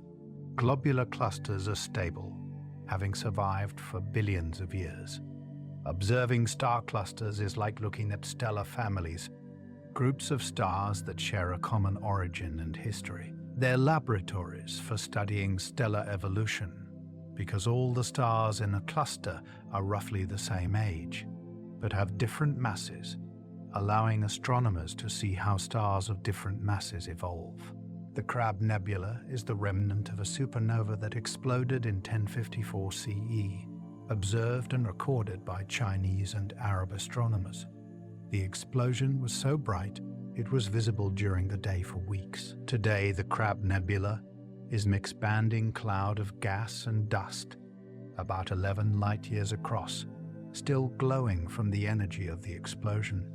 At its center lies a pulsar, a rapidly rotating neutron star that emits beams of radiation like a cosmic lighthouse. The pulsar spins 30 times per second, and its radiation powers the nebula, causing it to glow across the electromagnetic spectrum. The Crab Nebula is one of the most studied objects in astronomy, a laboratory for understanding supernovae, neutron stars, and the physics of extreme environments. It's a reminder that stars die violently, that the universe is dynamic and ever-changing. The Crab Nebula is also a historical object, a link between modern astronomy and ancient observers who witnessed the same event over 1,000 years ago. The Whirlpool Galaxy M51 is a classic spiral galaxy about 23 million light-years away in the constellation Canes Venatici. It's famous for its well-defined spiral arms and its interaction with a smaller companion galaxy, NGC 5195. The gravitational interaction between the two galaxies has triggered intense star formation in the Whirlpool's spiral arms, making them bright and prominent. The Whirlpool was the first galaxy in which spiral structure was observed by Lord Rosse in 1845. It's a favorite target for amateur astronomers because its spiral structure is visible even in small telescopes under dark skies. The Whirlpool Galaxy is a reminder that galaxies are not isolated objects, but interact with each other, their structures shaped by gravitational forces. These interactions can trigger star formation, distort shapes, and eventually lead to mergers. The Whirlpool is a snapshot of galactic evolution, a moment in the long, slow dance of galaxies. Planetary nebulae are the glowing shells of gas ejected by dying stars, despite their name having nothing to do with planets. The name comes from their round, planet-like appearance in small telescopes. When a star like the Sun exhausts its nuclear fuel, it expands into a red giant, then sheds its outer layers, leaving behind a hot, dense core called a white dwarf. The ultraviolet radiation from the white dwarf ionizes the ejected gas, causing it to glow. Planetary nebulae come in a variety of shapes: spherical, bipolar, ring-shaped, and more complex forms.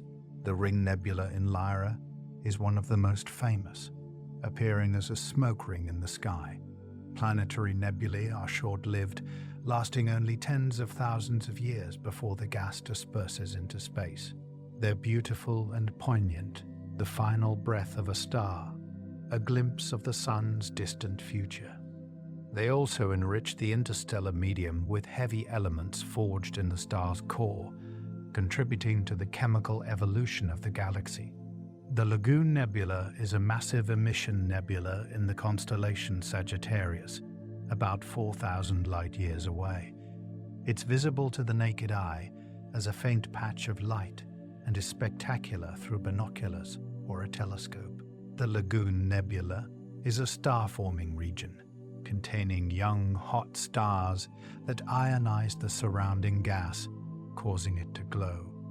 Dark lanes of dust crisscross the nebula, giving it a lagoon-like appearance. The nebula is part of a larger complex of gas and dust in the Sagittarius arm of the Milky Way, one of the richest regions of the sky for nebulae and star clusters. The Lagoon Nebula is a reminder that star formation is ongoing, that the galaxy is still creating new stars from the raw material of gas and dust.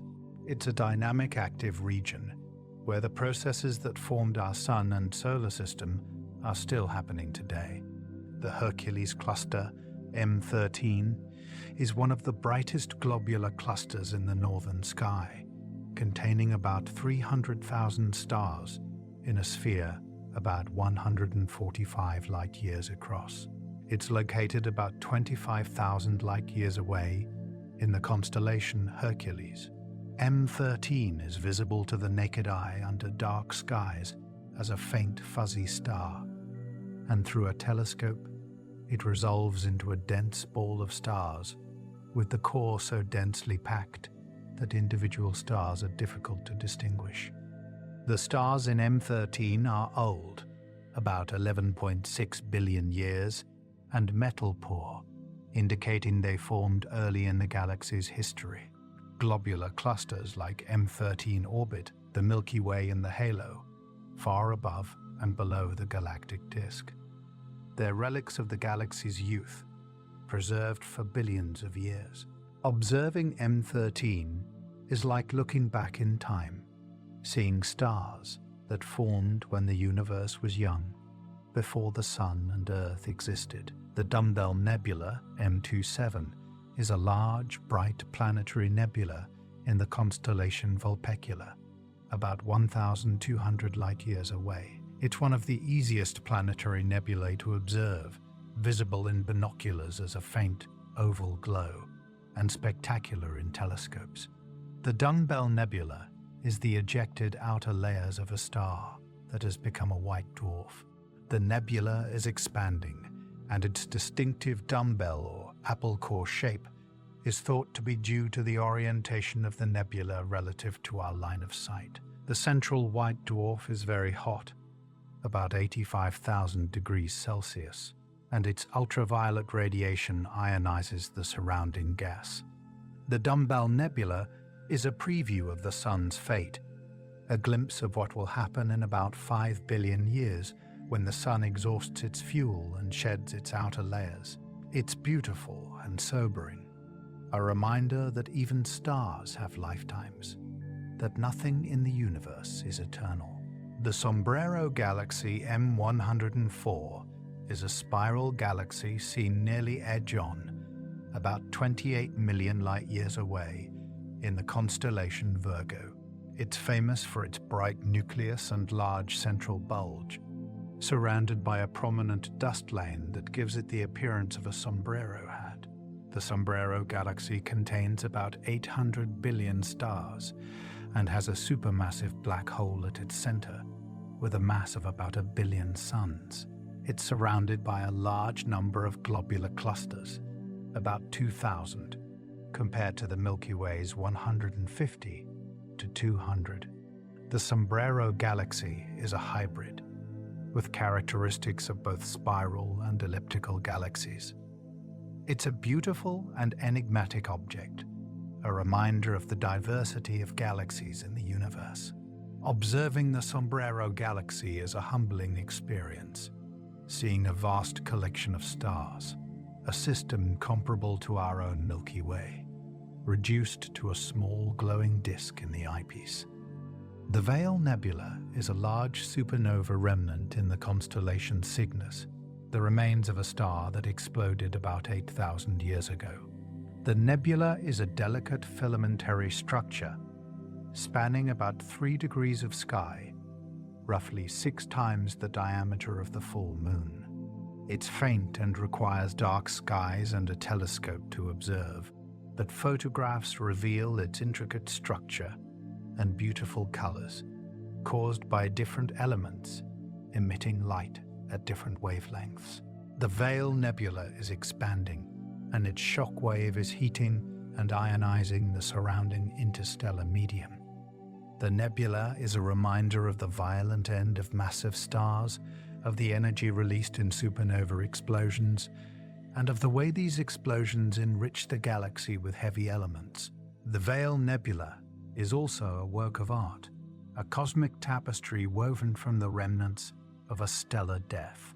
The Triangulum Galaxy M33 is the 3rd largest member of the local group, after Andromeda and the Milky Way.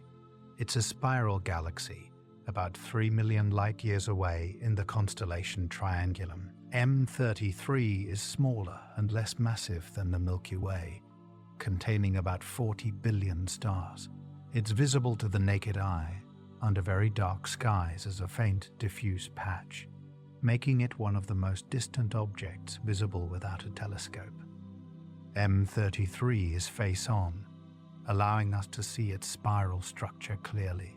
It contains numerous star-forming regions, including NGC 604, one of the largest known emission nebulae. The Triangulum Galaxy is gravitationally bound to Andromeda and may eventually merge with it.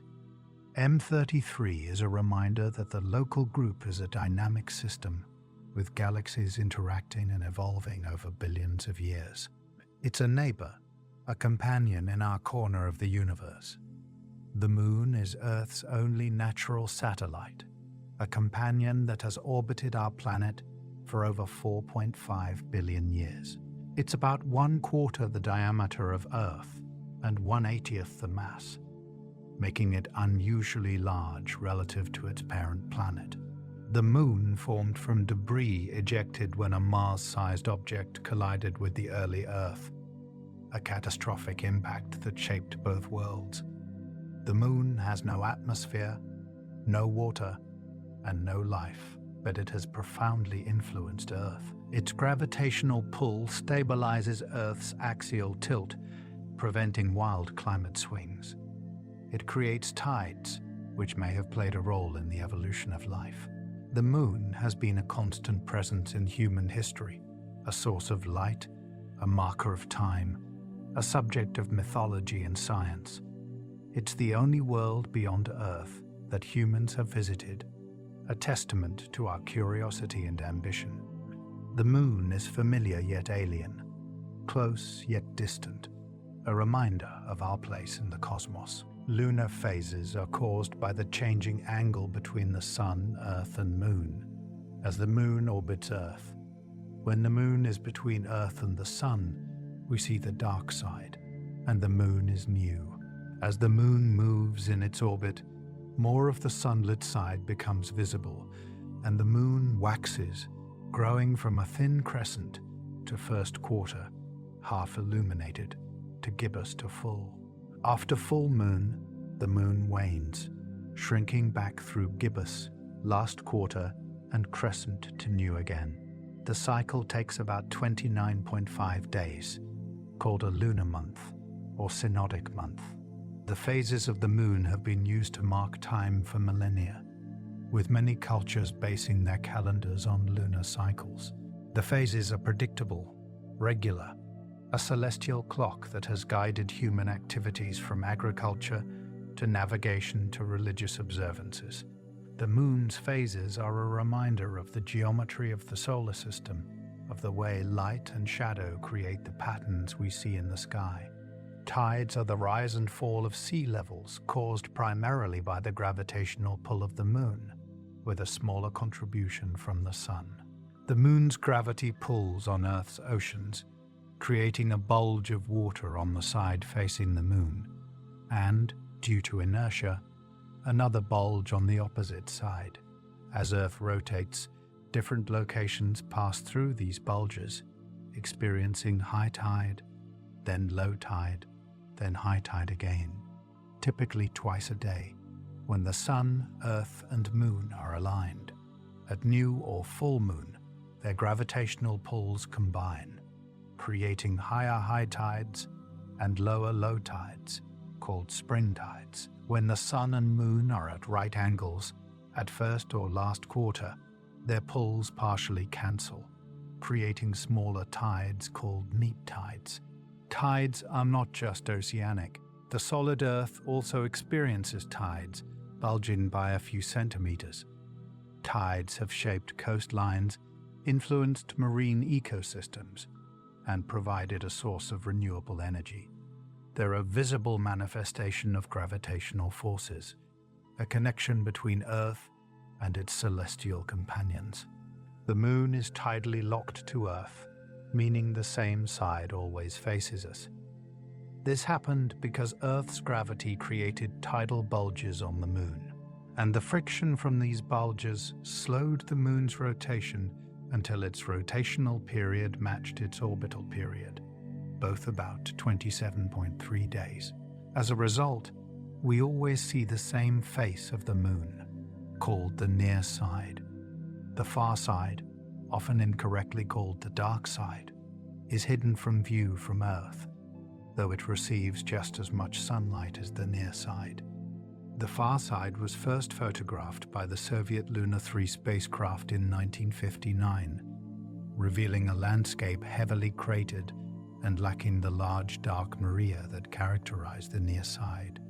Tidal locking is common in the solar system, with many moons locked to their parent planets.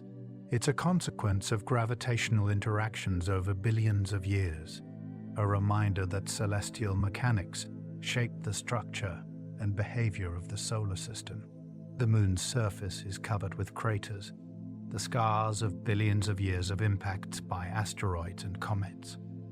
The largest craters, called basins, were formed by massive impacts early in the moon's history.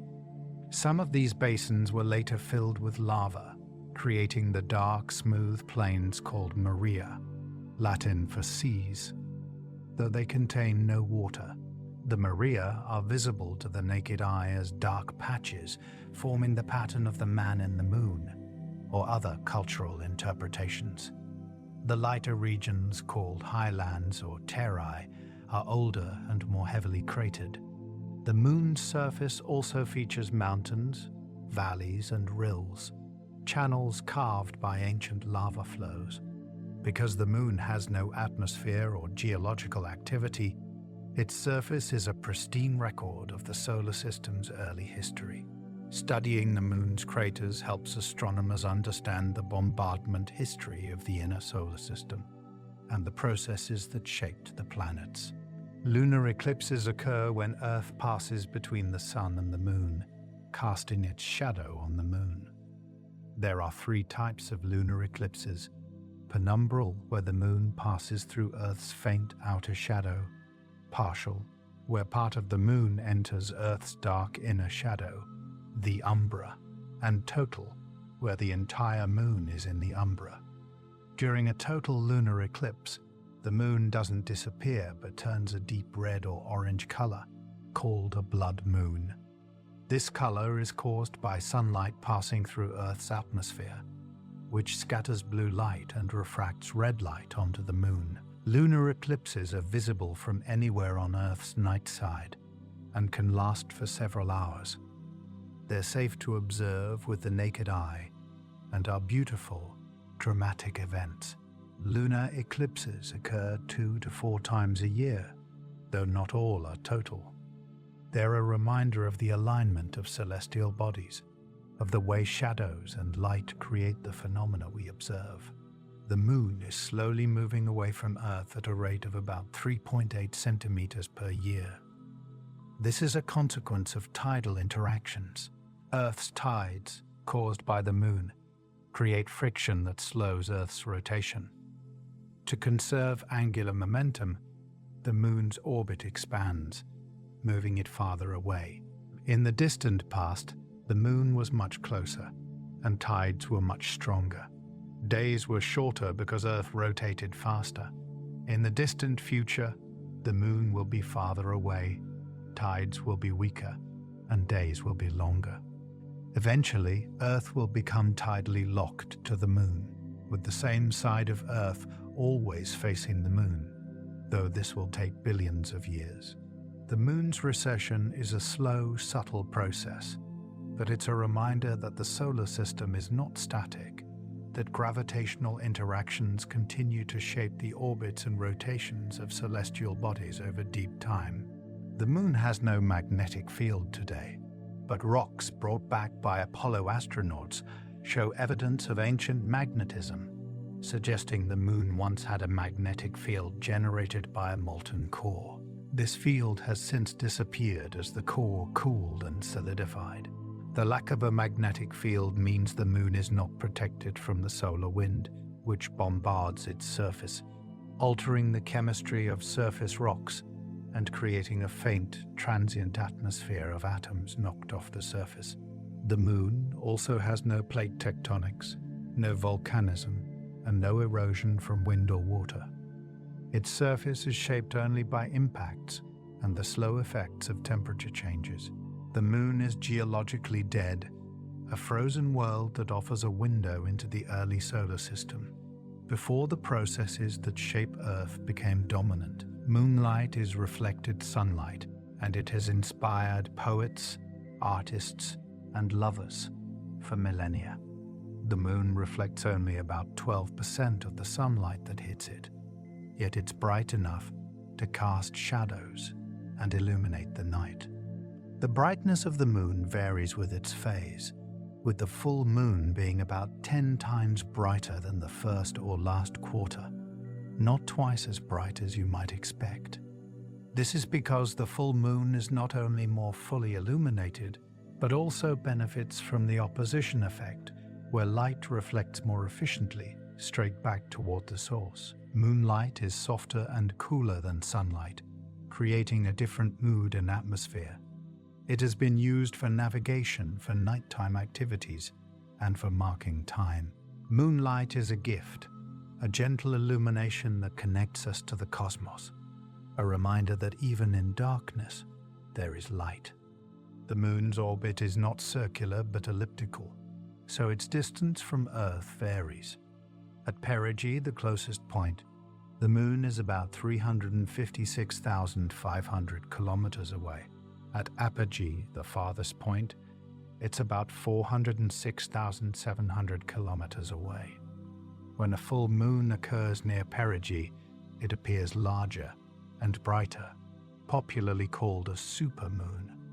When it occurs near apogee, it's smaller and dimmer, sometimes called a micromoon. The difference in apparent size is about 14%, and the difference in brightness is about 30%. Supermoons are not rare, occurring several times a year, but they're visually striking and have captured public imagination. The moon's elliptical orbit is a consequence of gravitational perturbations from the sun and other factors. It's a reminder that orbits are not perfect circles but ellipses, as described by Kepler's laws. The moon has been a target of exploration since the dawn of the space age. The Soviet Union's Luna 2 was the first spacecraft to reach the moon in 1959. The United States' Apollo program landed 12 astronauts on the moon between 1969 and 1972, a monumental achievement in human history. The Apollo missions returned 382 kilograms of lunar rocks and soil, which have been studied extensively, providing insights into the moon's composition, age, and history. Since Apollo, numerous robotic missions have orbited, landed on, and even returned samples from the moon. China, India, and other nations have active lunar exploration programs. The moon is seen as a stepping stone for deeper space exploration, a place to test technologies and establish a permanent human presence. The moon influences life on Earth in subtle ways. Many animals, especially marine species, synchronize their reproductive cycles with lunar phases. Sea turtles lay eggs during high tides at full moon. Corals spawn in massive vents timed to lunar cycles. Some birds and insects use moonlight for navigation. The moon's gravitational pull affects not just tides, but also the Earth's crust, influencing volcanic and seismic activity, though the effects are small. The moon has also influenced human culture, shaping calendars, myths, and traditions. Lunar months, lunar festivals, and lunar deities are found in cultures worldwide. The moon is woven into the fabric of life on Earth, a constant presence that has shaped the planet and its inhabitants in ways both profound and subtle. Light years measure distance, not time, though the name suggests otherwise. A light year is the distance light travels in 1 year, about 9.46 trillion kilometers.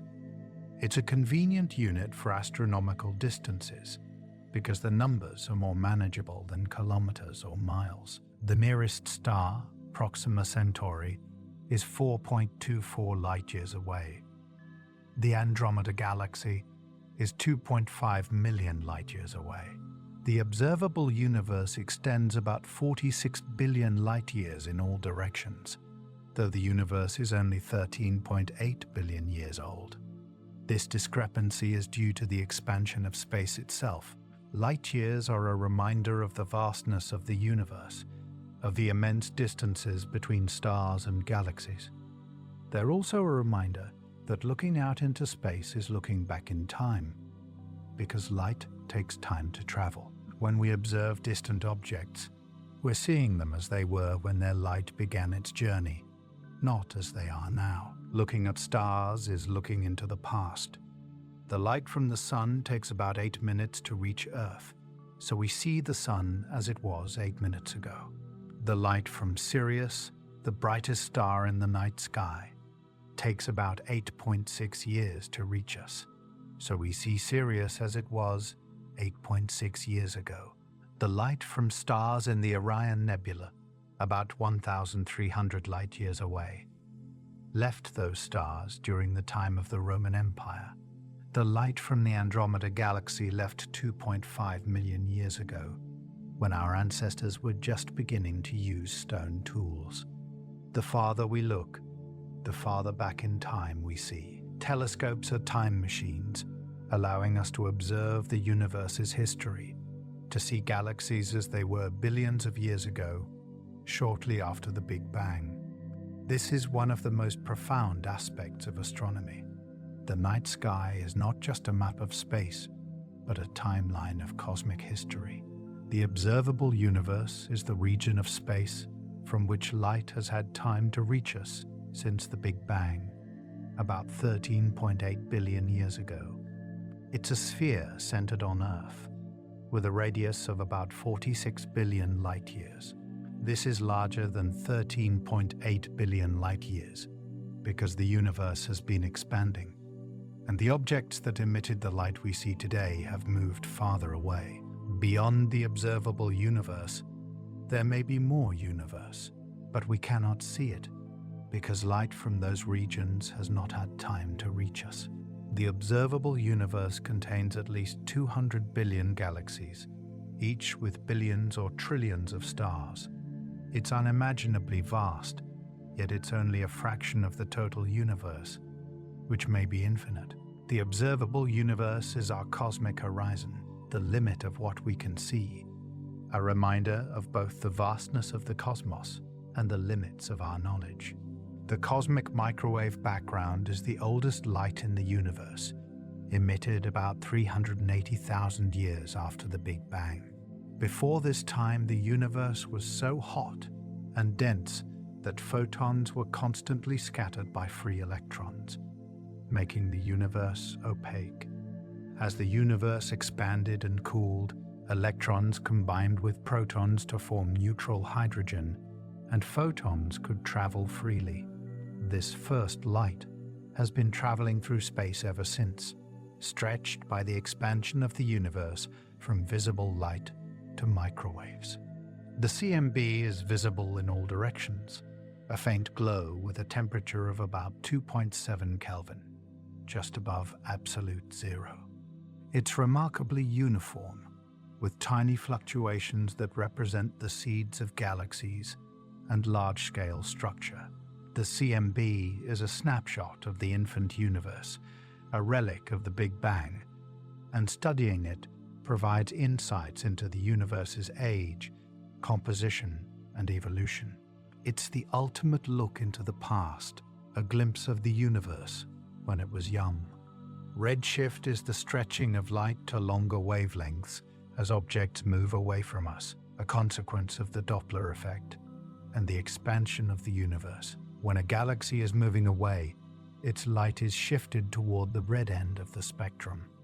The faster it's moving, the greater the redshift. Edwin Hubble discovered in the 1920s that distant galaxies are redshifted, and that the farther away a galaxy is, the greater its redshift. This led to the realization that the universe is expanding. Redshift is now used to measure distances to galaxies and to study the expansion history of the universe. The most distant galaxies have redshifts greater than 10, meaning their light has been stretched to more than 10 times its original wavelength. These galaxies are seen as they were over 13 billion years ago, less than a billion years after the Big Bang. Redshift is a tool for exploring cosmic history, for measuring the universe's expansion, and for understanding its fate. The Big Bang is the prevailing cosmological model for the origin of the universe. It proposes that the universe began as an extremely hot, dense state about 13.8 billion years ago, and has been expanding and cooling ever since. The Big Bang was not an explosion in space, but an expansion of space itself. In the first moments, the universe was filled with energy, which cooled and condensed into particles, then atoms, then stars and galaxies. The evidence for the Big Bang includes the expansion of the universe, the cosmic microwave background, and the abundance of light elements like hydrogen and helium. The Big Bang is not a complete theory. It doesn't explain what caused the initial expansion or what happened before it. But it's the best explanation we have for the large-scale structure and history of the universe. The Big Bang is a reminder that the universe has a history, that it's not eternal and unchanging, but dynamic and evolving. Dark energy is a mysterious force, causing the expansion of the universe to accelerate. In the late 1990s, astronomers studying distant supernovae discovered that the universe's expansion is speeding up, not slowing down as expected. This acceleration is attributed to dark energy, which makes up about 68% of the universe's total energy. We don't know what dark energy is. It could be a property of space itself, a cosmological constant, or it could be a new type of energy field. Dark energy is one of the biggest mysteries in physics. It's invisible, undetectable except through its gravitational effects, and it dominates the universe's energy budget. Dark energy will determine the universe's fate. If it continues to accelerate expansion, galaxies will move farther apart, stars will burn out, and the universe will become cold, dark, and empty. A scenario called the Big Freeze.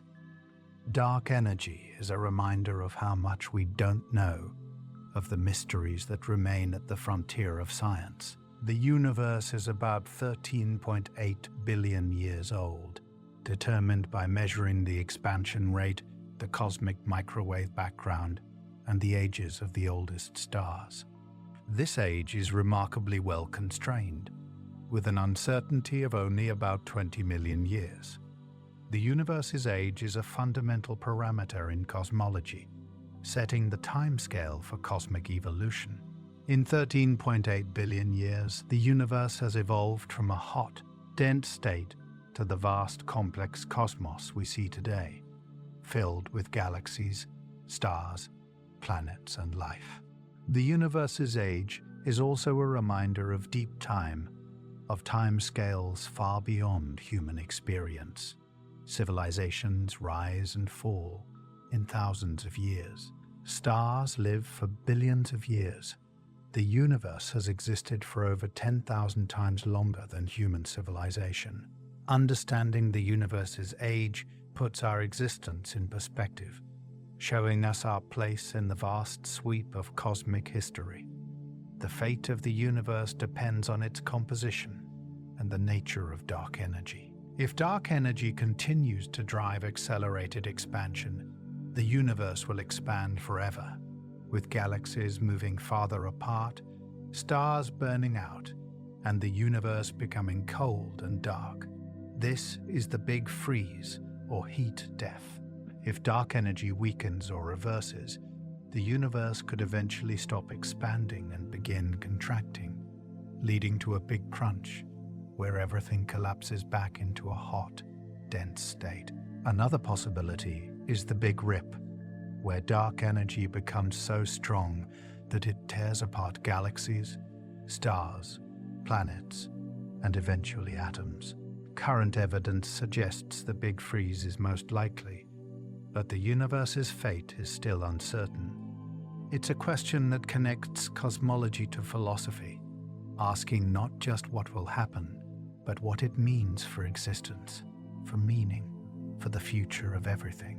The scale of the universe is difficult to comprehend. Earth is a small planet, orbiting an average star in a galaxy of hundreds of billions of stars. The Milky Way is one of trillions of galaxies in the observable universe. The distances are so vast, that light, the fastest thing in the universe, takes billions of years to cross them. The numbers are staggering, almost meaningless, yet this scale is also humbling and inspiring. It shows us that we're part of something immense, that the universe is far larger and older than we can fully grasp. It also shows us that we're rare, that the conditions for life are special, that our existence is a remarkable accident in the vastness of space and time. The scale of the universe invites wonder, curiosity, and a sense of connection to the cosmos. Astronomy is the oldest science, practiced by humans for thousands of years. Ancient cultures observed the sky, tracked the motions of the sun, moon, and planets, and created calendars and myths.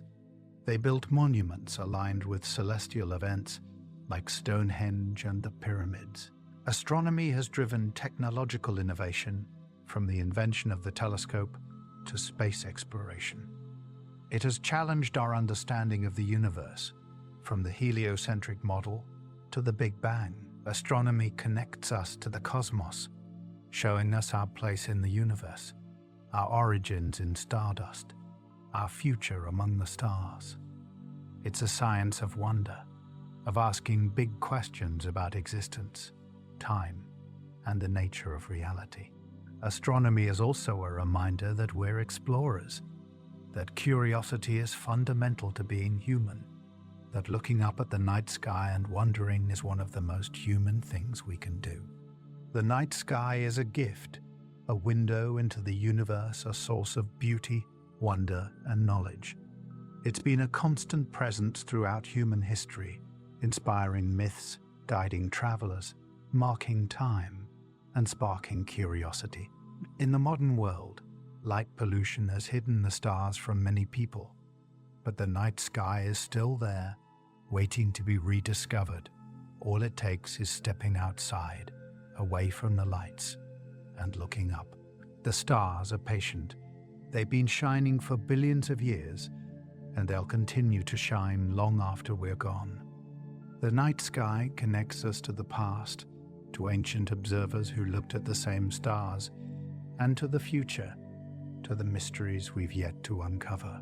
It reminds us that we're part of something larger, that the universe is vast and beautiful, and that there's always more to learn, more to discover, more to wonder about. As you drift into sleep, let the night sky carry you. Imagine yourself floating above the Earth, looking down at the planet, a blue marble suspended in the darkness. Turn your gaze outward, past the moon, past the planets, into the depths of space. See the stars scattered like diamonds on velvet, each one a sun, each one a world of its own. See the Milky Way stretching across the sky, a river of light composed of billions of stars, our cosmic home. Feel the vastness. Feel the ancient light washing over you, photons that have traveled for years, for centuries, for millennia to reach your eyes. You are connected to all of it, made of the same atoms forged in the hearts of stars, breathing the same air that has cycled through the Earth for billions of years. You are stardust, conscious and aware, a way for the universe to know itself. The night sky is eternal, patient, unchanging on human timescales, yet dynamic over deep time. Stars are born and die. Galaxies collide and merge. The universe expands, carrying everything farther apart. But tonight, in this moment, the sky is yours. The stars are yours. The wonder is yours. Sleep well under the light of distant suns, beneath the turning of galaxies, within the vastness of space and time. Tomorrow, when you wake, the stars will still be there, waiting, shining, eternal, and you will carry with you the knowledge that you are part of this cosmos, this beautiful, mysterious, infinite universe. Good night.